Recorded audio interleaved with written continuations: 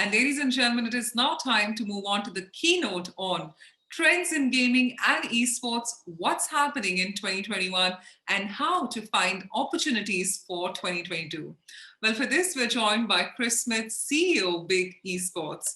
Well, a 12 years of veteran in the games, esports, and influencer industry, Chris is the founder of Big Esports, an Australian strategic consultancy and marketing business.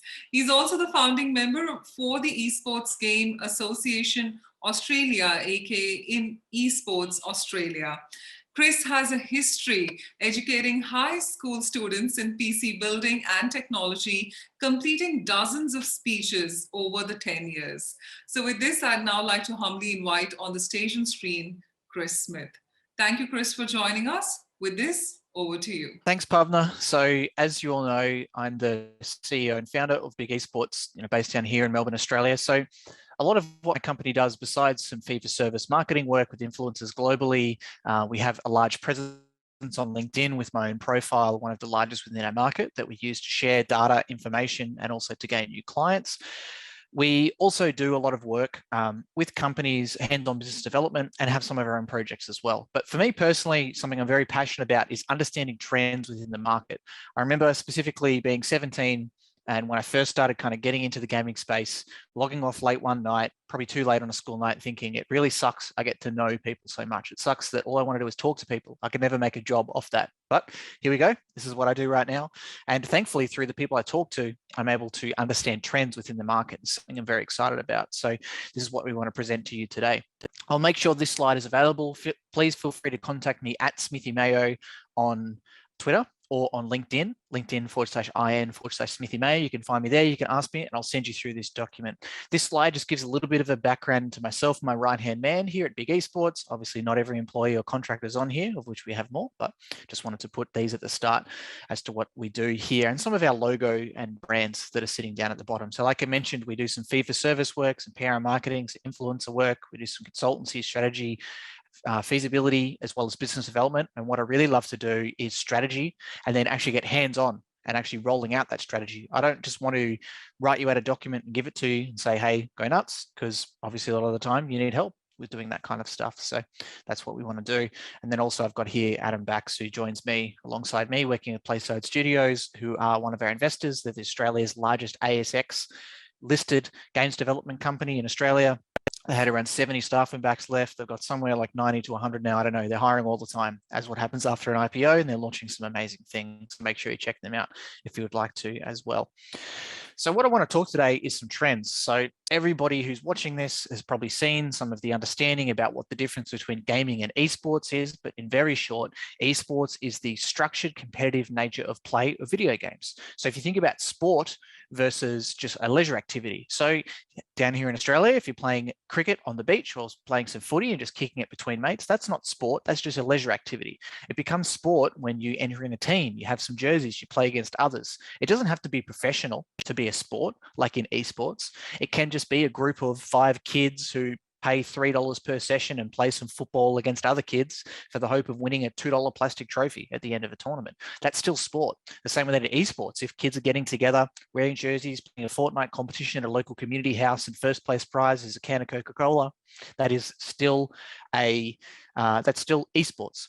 Or gaming could be a mother playing Candy Crush on an iPad. It could be a 6-year-old playing Minecraft by themselves and building a wonderful, fantastical world. But it becomes esports when a structured, competitive nature of play. So a lot of our work with Big Esports is between the two. This is obviously an esports summit, but the lines are so blurry between the two. A common argument you see a lot of the time is, Ninja is a big esports player. Well, yeah, in some ways, he does actually play in some tournaments, but they're content creator tournaments. He's not really an esports pro. He's not trying to be an esports pro. He's not trying to be the best in the world. Yeah, he did play Halo in the past, but he's actually playing in structured tournaments sometimes, although creator-only tournaments, to win cash for himself or for charity. So in some ways, you can see where those lines become really blurry. But looking at esports here, this is a document, part of our document that we made. This is a graphic that we made. Feel free, if you want to, screenshot this, take it, use it wherever you want. I don't care. It's already got some references to us on there, and we'd appreciate, the references following. But this was inspired to me by Chris Harner, a good friend of mine, the CEO and founder of the Esports Observer, who's now part of the Sports Journal. And it is esports teams, for example, Australis, play games, for example, CSGO, Counter-Strike Global Offensive, organized in tournaments, for example, the ones run by ESL. They are distributed on platforms like Twitch, and they are enjoyed by fans. Besides that flat line of infrastructure, you have developers and publishers like Riot Games, one of the most prolific within gaming and esports. Brands and advertisers, you've got endemic brands, which are brands that are natural or have been around forever within the market, like Razer. Razer makes my mouse that I'm using right now. Razer makes headphones, they make laptops, and they're a gaming-centric company. Or Visa. People who have a credit card probably know what Visa is. So they are also supporters and sponsors of esports. And then also, obviously, you have investors, with Bitcraft being one of the most famous VC companies who've got a lot of cash and they've thrown around and had a few successful exits, including, funnily enough, the Esports Observer. I only just put those two together. So there you go. So thankfully for us, earlier this year, last year, as well as earlier this year, we put together a esports and gaming trends document. Thankfully for us, most of these became correct. So this gives you a little bit of an idea. I'm going to explain why we picked these trends, how they came true, and then how we're also picking future trends that are going to be happening. So these are some of our recent trends that we predicted, like I said, that have come true. And, here are the few reasons why that is so. So fashion and gaming. So a lot of the time what we do is we look at social media to see where things are going. There's no easy answer as to find trends in the market. Often people say to me, hey, I'm a brand, how do I pick the next Fortnite to get behind, or I'm an investor, I want to buy rights. I had a company come to me and say, hey, we want to buy merchandising rights. We turned down the possibility to buy the merchandising rights much cheaper for Fortnite. We didn't think it was going to be great, and now we're kicking ourselves. How do we find that? The answer is it's not really that easy. You need to use people who are well connected within the market, just like with any other industry, but even more so in esports and gaming, because esports is a category, just like motorsport is a category, or even just sport is a category as a whole. People will say they're an esports expert, right? But do you see many people saying they're a sports expert? Are they people who know, the ins and outs of the competitive swimming world versus motorsport versus the UFC or MMA as well at the same time? Like, they're very different markets. So you need to be plugged in to the matrix, I guess you could say. You need to be looking at all the different things are happening. But when you start to categorize these things, you can see some trends emerge. So a trend that's happened in the past and now has become massive and is only growing is fashion and gaming collabs. So you see previously Louis Vuitton worked with League of Legends, one of the first movers in that space. Animal Crossing worked Valentino and Marc Jacobs, Roblox and Gucci, and the crew at Geek are doing a lot of fantastic work with Gucci. So I suggest checking that out. They're market leaders within that space. You saw a few in there, but it's only a natural fit for more of those clothing brands to start working with more of these gaming and esports brands. One of the questions people often ask right at the beginning, why Gucci? Gucci is high level products. They're selling $300 t-shirts sometimes, or even more for bags and shoes and things like that. That what they're doing is they want to inspire the next generation. That's why they'd work with a younger game like Roblox. And absolutely anecdotal evidence for you. I'm sure that they've picked their partners well and they're doing lots of studies and showing the success internally, but some very anecdotal evidence for you is I posted about this on LinkedIn, and a teacher who works, kind of in the middle of nowhere was saying, this makes much more sense to me now as to why my primary school students were talking about Gucci in school. Why would country Australian based high school students know about Gucci and want to buy it now or into the future? It's because it's embedded in things like this. Why do car brands advertise to younger people? It's because when they grow up, they want them to aspire to be able to purchase and afford these kind of products. The same way that Lamborghini might do that, the same way that Porsche, and the same way that Mercedes has also done this in esports with their fantastic Grow Up campaign. Jump onto YouTube, look it up. It's really, really good. Another trend that we've seen is rappers investing into esports as well as a whole bunch of other kind of people investing in that space too. So you look at ones like FaZe Clan, you look at Sway Lee with Xset, that's a massive trend with a lot of celebrities coming into the space. They're not just using their dollars, they're also using their star power and influence for brands as well as for audience transfer. There was a great thing that I talked to Clinton Sparks about, ex-chief or ex-head of business development at FaZe Clan, now one of the co-founders and business development Xset, was saying that when Offset invested into FaZe, they did content together, Offset grew by 200,000 to 300,000 Instagram followers himself just for that. So this is a rapper whose wife is Cardi B, extremely well known in this space, very well respected crew of rappers called Migos. absolute market leader. He's growing just as part of that. Celebrities becoming streamers is a massive thing that we've seen as well. Two of my favorite case studies for this is and I'm going to say this name wrong, I'm sure, Sergio Aguero, or Kun is his gamer name, Kun, or Sal Kun 10, I believe he is on YouTube. When the pandemic kicked off, he started streaming hardcore, started playing with a lot of the large players. Because he's the famous athlete, it's much easier for him to get in and to play with these YouTubers and Twitch streamers, and he grew massively because of that. Double that into an esports team, been doing very well. T-Pain, the rapper, songwriter, producer, one of his first ever streams, he did a custom song of him on Twitch, and it is hilarious. Posted on Twitter, did very well for me reach-wise, but I would suggest looking that up as well.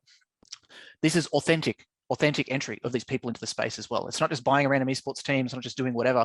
Offset, when he invested into FaZe, went to their house, created some content together, and took underprivileged kids in Atlanta to the first Atlanta FaZe game, and took 50 of them in there. So they got to meet FaZe, they got to meet Offset, and they got to be part of that ecosystem. So I'm talking about like real integration here. I'm not just talking about just a tweet every now and then from a celeb being like, oh yeah, by the way, I invested in this esports team that I probably forgot about because I've got so much else going on.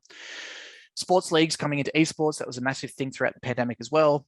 Public and private companies skyrocket, that was also a big thing through the pandemic. Anyone who's in the more finance markets will understand those things. So those are our 2020 trends that are still developing. 2021 trends, because I haven't got too much longer with you, we'll go through these very quickly. Once again, contact me, download this, share it wherever you want, put it in your decks. I don't mind. It's branded. We'd obviously love some credit for this, but this is free for anyone to use. It doesn't cost you any money at all. Feel free to use it. We will be doing a paid report probably into 2022. We have a few partners for that. This will be like a proper 30-page plus report, including lots of trends, analysis, data, and also some metrics on comparisons between different markets and looking at gaming versus esports and esports teams versus media properties versus influence, etc. So that might interest you as well. But for the 2021 trends, so we asked the question, will the past trends continue? Will the new ones take flight? And here's what we think. So these are the trends we made earlier this year that have come true. Thankfully for us, it's always good to see when that happens. So number one, influencers chase equity and own business. Influencers don't always know, and the managers don't always know necessarily what they're asking for when they ask for equity, but they know that it's the thing they should ask for now. So that means it's a new trend, it's coming, and it's going to become much more serious. So what do I mean by that? I mean that if you're launching like a massive event and you go to an influencer who say got 5 to 10 million followers, and you say, hey, I really want you involved, I want you to be a headline in this event, they're probably going to ask you for equity. Now, whether they know what that means or not, or whether they know what the exit strategy or company is, remains to be seen. Sometimes they do, sometimes they don't. They just know they need to ask for that, right? But the reason they're asking for that is because they understand they have sway over their audience. They understand that they're extremely important to their audience, and they want more than just getting that quick cash out of you. A lot of the time, these are cash plus equity type deals. But not only are they getting that out of campaigns they go into, but they're actually putting their own money into some things now as well. So the absolute golden child example of this is Backbone. So Backbone, as you can see there, it's a hardware that plugs into a mobile phone to play games with. They've got investment from Click Management. Click Management's the largest influencer gaming agency in Australia. I believe a Deloitte Fast 50 company. They've got a lot of huge creators. Laserbeam, who's one of their managed creators, also invested in there. Fresh Asian, who is, I believe, another managed creator from theirs, he also invested into Backbone. Up North Management in Canada invested alongside some of their headline talent as well. So they're starting their own companies. They're launching their own apps like Mr. Beast.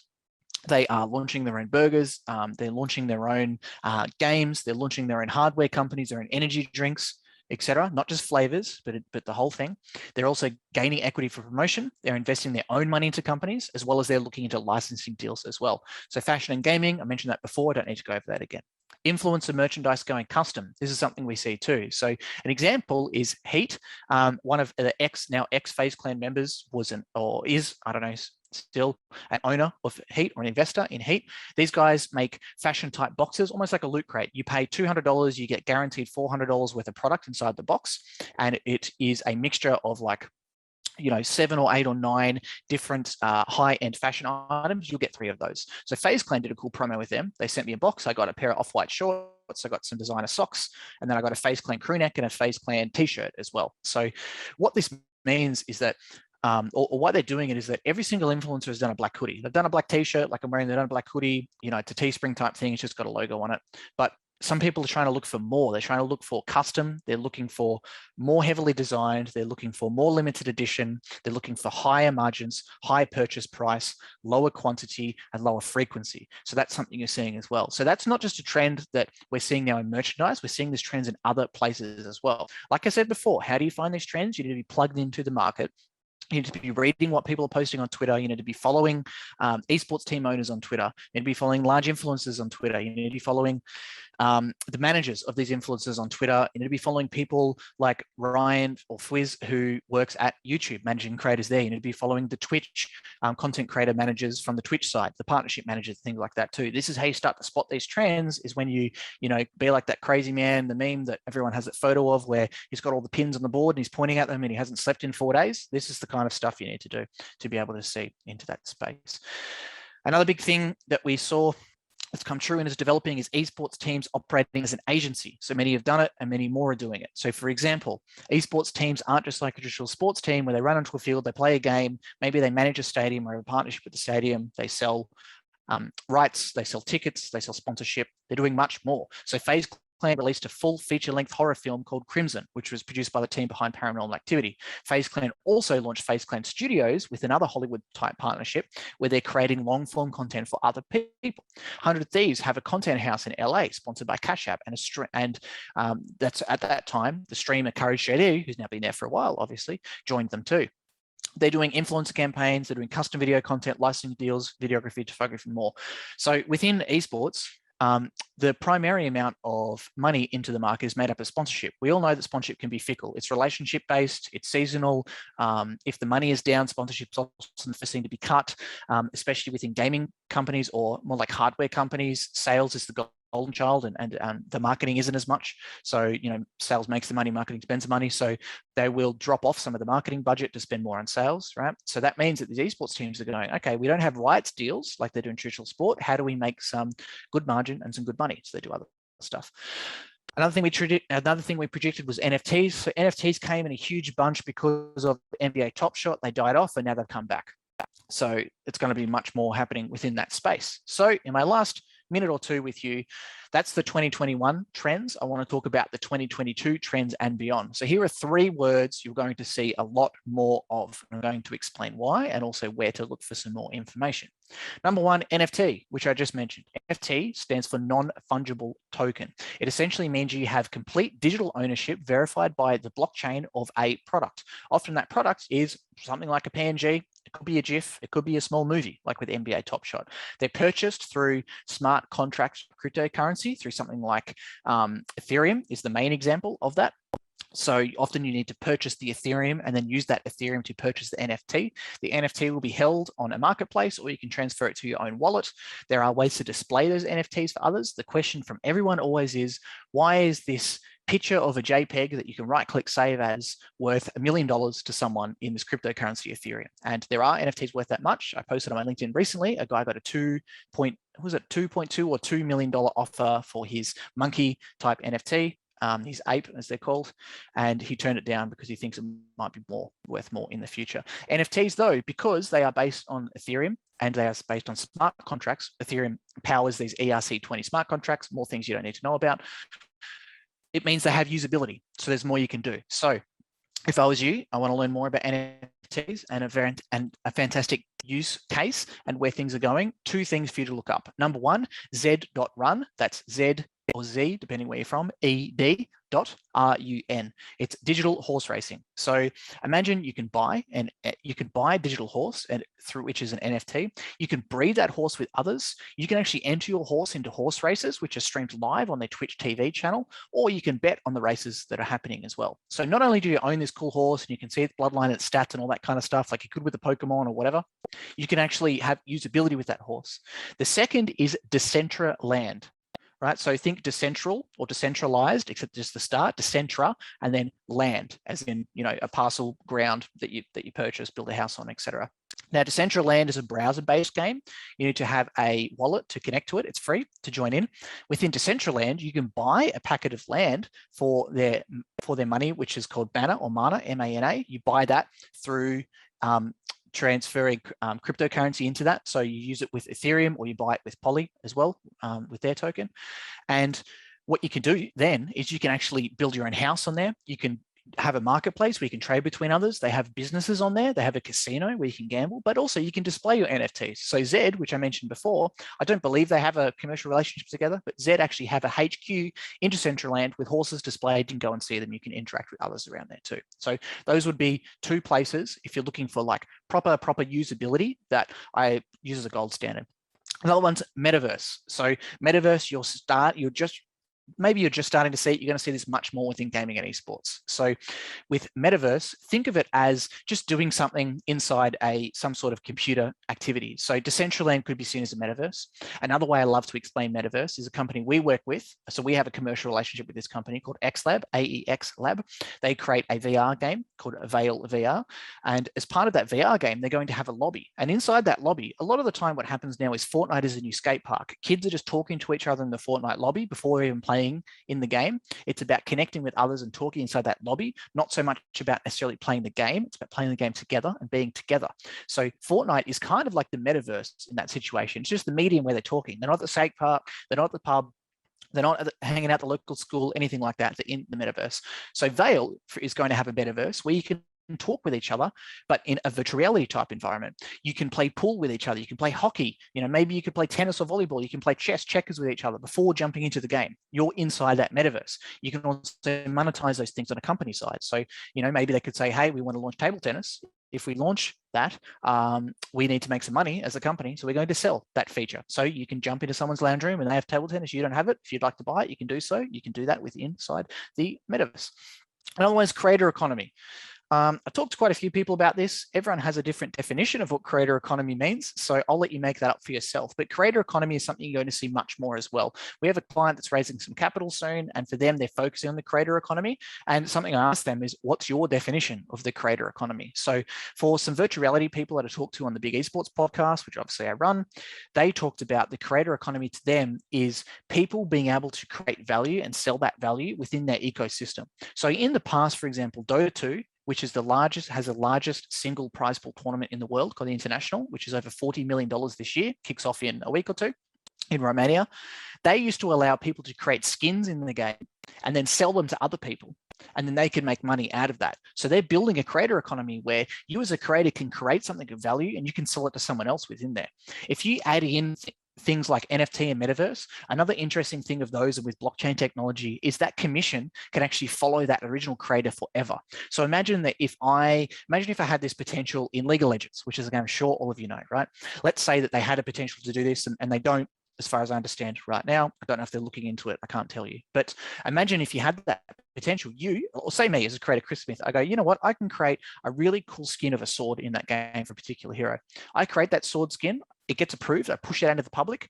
3 million people buy that sword. I make $2 per sword that's been purchased. So I, as a creator, am heavily rewarded for that. I can invest then into making more. But what happens is that when you buy that sword and you want to sell it to your friend for $2.20 because the market's gone up, or even just for $2, the same price, I can receive a percentage of that sales price that comes to me as well. And then when that friend you've sold it to sells someone else, I can receive a percentage once again. So the creator is always benefiting from those sales that are going through that whole, value chain. So this is something that can happen in gaming, something that can happen in esports, and that's just one portion of the creator economy. Creators are so important. Like you might have seen, Facebook's putting, what do they say, that they're doing like $1 billion or $2 billion into supporting their gaming content creator market. YouTube released a YouTube Shorts fund where they're putting like $100 million to reward viral YouTube video shorts. TikTok do masterclasses and courses for creators on how to create better content. Twitch have partnership managers all over the world in all these major countries whose job it is to make sure their partners are happy and they're supported and they're being looked after. Content creators are the reason that people keep coming back to these platforms. Would you go to Instagram if there was nothing interesting on there? No, very unlikely. So Instagram, would be important for them to support their content creators. Would you go to YouTube if there weren't good quality videos? What if there was a competitor that launched YouTube, but every single video on that was just really poor quality? The webcams were terrible, the mic sounded trashy, the content wasn't interesting. You wouldn't stay around, would you? But it's because the creators might be getting the money to be able to do that kind of stuff, right? But if they're supported very well, that's the creator economy. It's being supported. The creators grow, the audience grows, the market grows. So, Twitch is known as the be all end all of game streaming because they are so big. So that's why people want to stick in there. So That's it for me. That's our 2021 and 2022 trends. Thanks for listening. Like I said, you can reach out to me at linkedin.com/in/Smithy Mayo, or you can hit me up on Twitter at Smithy Mayo. Thanks for listening, and bye for now. Well, thank you so much, Chris, for that great keynote address.